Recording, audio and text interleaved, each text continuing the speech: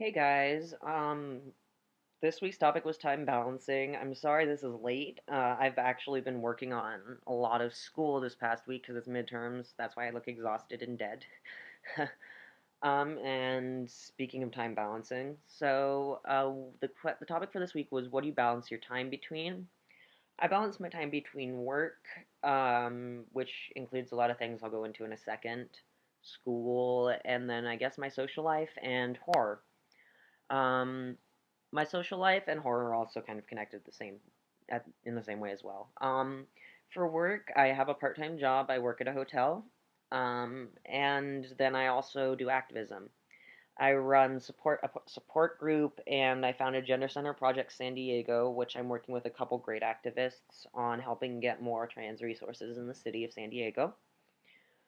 Um, but balancing my time, I guess, between these three areas of my life is somewhat difficult in that I often tend to be over ambitious in my ideas for myself. So, like, for example, I tend to commit to a lot of different things. However, I am very careful that I don't commit to more things than I'll be able to finish because that's not fair to the people I've committed to. Currently, I am committed to my school semester. This is my final semester, so a lot of my energy right now is going towards school. It's taking over most of my time because I'm supposed to be graduating this semester, and also I have an independent study project credit. For that project, I'm applying Gender Center Project and all my activist work for trans stuff. So that's going towards my career stuff, but it's also going towards school. So I guess part of my time for school also goes towards my activism work, since they're related at this point. Um, my part-time job doesn't really get in the way of things. I actually can use some of my time at my job to do activism work because we spend a lot of time online and there's some downtime.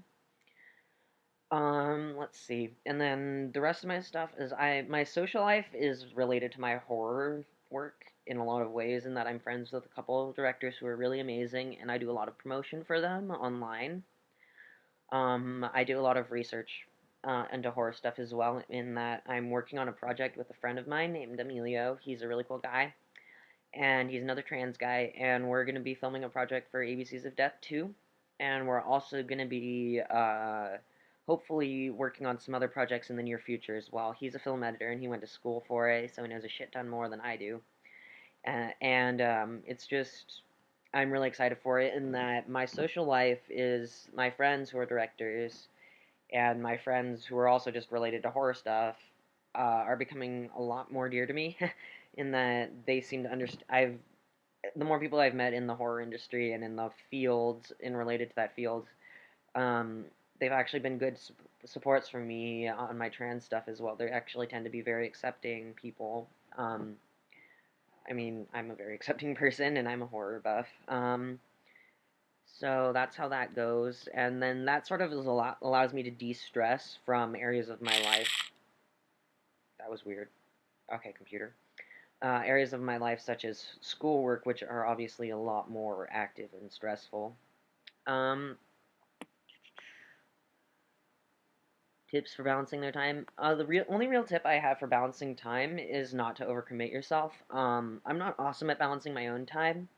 I have incredibly bad ADHD, and I have had it since I was like about 7. So that take requires me to take medication for school. I don't particularly like taking this medication because it makes me feel I don't like how it affects me. So I try to limit the amount of time I have to spend on schoolwork. However, that pushes me to end up doing a lot of my homework right before deadlines.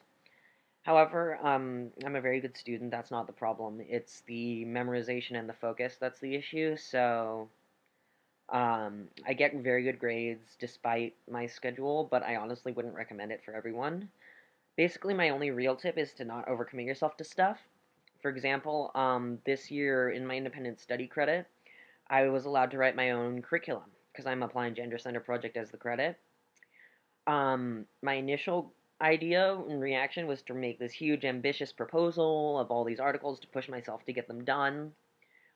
However, luckily my parents and friends talked me into writing a reasonable one so that I have room to excel. I'm not required to, if that makes sense. Like, I have room to do an amazing job, beyond what I've already done or what's required, but the requirements themselves aren't excessive, so I don't feel super stressed and pressured. Sorry this is late. I'm still working on midterms, so I have to go, but I'll see you guys next week. Sorry. Bye.